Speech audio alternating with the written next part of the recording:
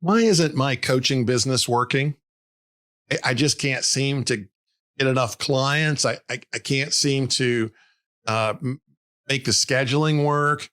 It's just overwhelming, and I don't see how to make it happen. I'm Brian Miller, Executive Director of Coach Approach Ministries, and let me introduce you to a distinction that Michael Gerber makes in his book E-Myth. This is so helpful, and this is one of the books. Sometimes the books aren't helpful, but this book I think is very helpful. But he makes three distinctions for someone running a business. You wear three hats. The first hat is the technician. This is the person who does the work. And typically this is how people start their own businesses. Maybe they've worked for somebody else. I just recently hired a plumber. He had worked for somebody else for many years, and now he has opened up his own business. So he knows how to plumb.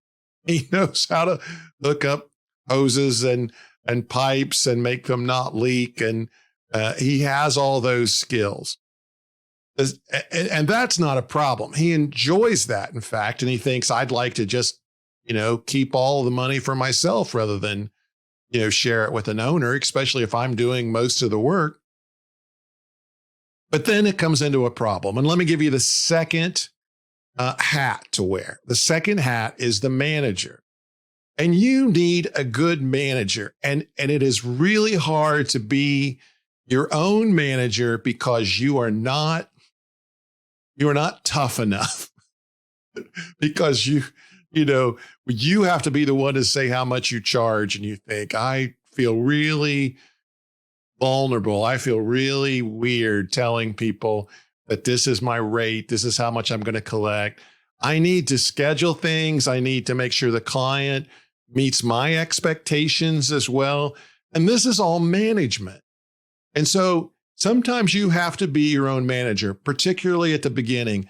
And so you need to put on the manager hat, and you need to negotiate a deal for your coach, who is yourself.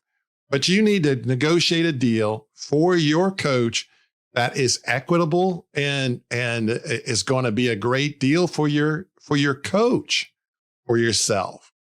And if you can separate the hats and not try to negotiate a deal as the technician, it's much easier. And that totally makes sense. And you create systems in order for the whole, how I get a client, how it begins, how it ends.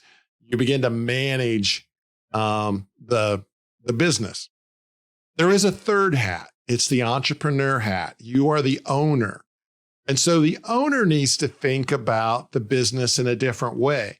The technician who has a business is just like, I'm out for hire. If you could pay me this much while I'm there, I would appreciate it. The owner thinks more broadly.